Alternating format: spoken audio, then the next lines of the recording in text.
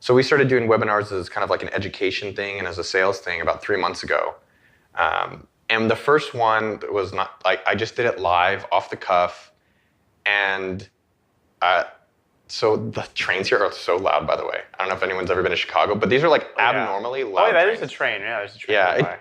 If you're far away enough, it kind of sounds like the ocean. I thought that was the AC. You're probably used to it. I was like, I'm going to have to get rid of this, do that in post or something, get rid of it. It is amazing how we acclimate to our environments. So changing environments is a good thing, but it's also interesting how you just get used to that train. Like for you, it's the AC. So with webinars coming back, like we did the first webinar, and I think one of the hardest things for people in general is to review their own work. So for me to hear my own voice, see my own presentation, I'm like, it's cringy. It's cringing. It's Dude, you're telling me I have a podcast. Yeah.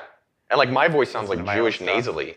Like I'm like, oh, hello, it's Noah Kagan. Nobody likes their own voice. I wonder if someone does. Like maybe you know what? I have to admit, I don't mind listening to my own voice that much. I probably shouldn't even say that. Is this like a PG friendly? Do we do non-swearing? You can say whatever you want. I was thinking it's like masturbating to yourself in the mirror. That's what it is. Like, which is a pretty like awkward thing to be doing. For reference, we had Tucker Max on here talking about a threesome that went terribly wrong.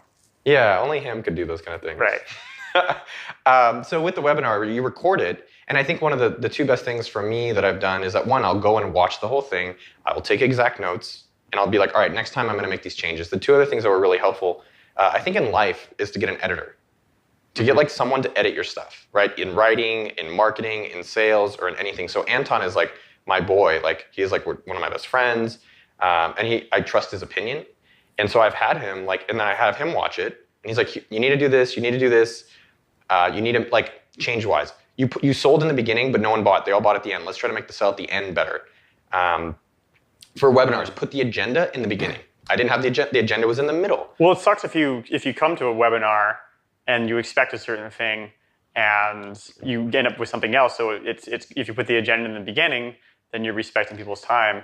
Well, that's something I didn't even think about. And I know people, and so for webinars, there was just more of a framework that Anton was able to edit for me. So like put an agenda, you want to have some aha moments. So I didn't realize that in the beginning. Yeah. Doing things live is nice, but it slows things down and there's variables that get messed up. So moving things to more of a PowerPoint demo for everything. Getting some aha wins really quickly for people. So showing them things with sumome.com, like with the tools for email list growth and marketing, like show them how to set up a pop-up really quickly and like the exact settings that'll work. How to show a landing page with welcome at really, really quickly. And like, oh, if you use this text, and basically getting someone to an aha moment with some nugget. So like this podcast will be very popular if someone has something that they can go do instantly right now. Yeah, I mean, there's definitely going to be some of that. There will be that. And so that was that. And then the other two things in terms of how to improve was one, going to an expert. So Anton is my editor, but then I went to someone else who I like their webinars. Yeah. And I sent him my webinar. I said, I'm going to pay you a lot of money to watch this whole thing and you tell me what to do. Oh, that's awesome. Okay. Yeah, so I paid him. He didn't want money, but I offered. I was like, I'll pay you. Because if you think about it, like... That person didn't take your money.